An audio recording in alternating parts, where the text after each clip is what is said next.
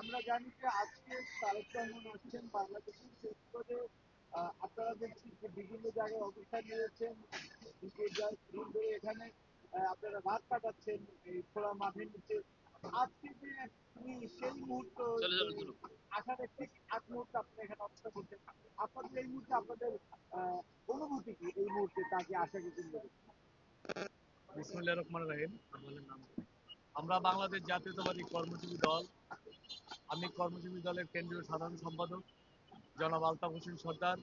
আমার সাথে এখানে উপস্থিত আছেন কার্যকরী সভাপতি আলী হোসেন ভাই, সহসভাপতি আমাদের মশিউর রহমান দানিয়াল ভাই, আমাদের গাজীপুর মহানগরের সংগ্রামী সভাপতি আয়ুব খান, সাধারণ সম্পাদক হেলিম দেওয়ান, আমাদের যুগ্ম সাধারণ সম্পাদক এবং সাংগঠনিক সম্পাদক সহ এখানে বিভিন্ন পর্যায়ে, বিভিন্ন জেলায়, বিভিন্ন থানার নেতৃবৃন্দ এখানে আমরা সারা রাত এই খোলা আকাশের নিচে আমরা এখানে অবস্থান করেছি।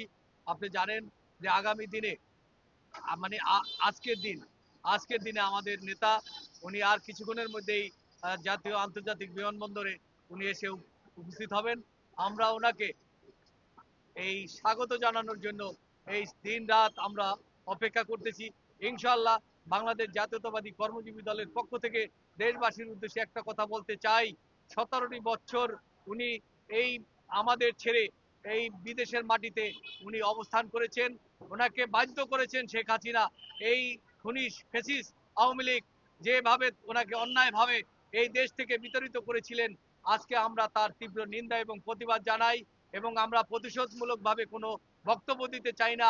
আল্লাহ পাকের একদম আল্লাহ পাক আমার মনে হয় সঠিক বিচারটাই করেছেন।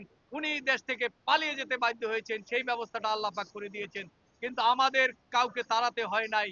উনি ওনার ভাগ্যের খেলা, ওনার সেই খেলায় উনি মেতে উঠেছিলেন, সেই খেলায় উনি পড়েছেন। তো আমরা একটা কথাই দেশবাসীর উদ্দেশ্যে বলতে চাই, আমরা আজকে আনন্দে উৎসব আসতেছি।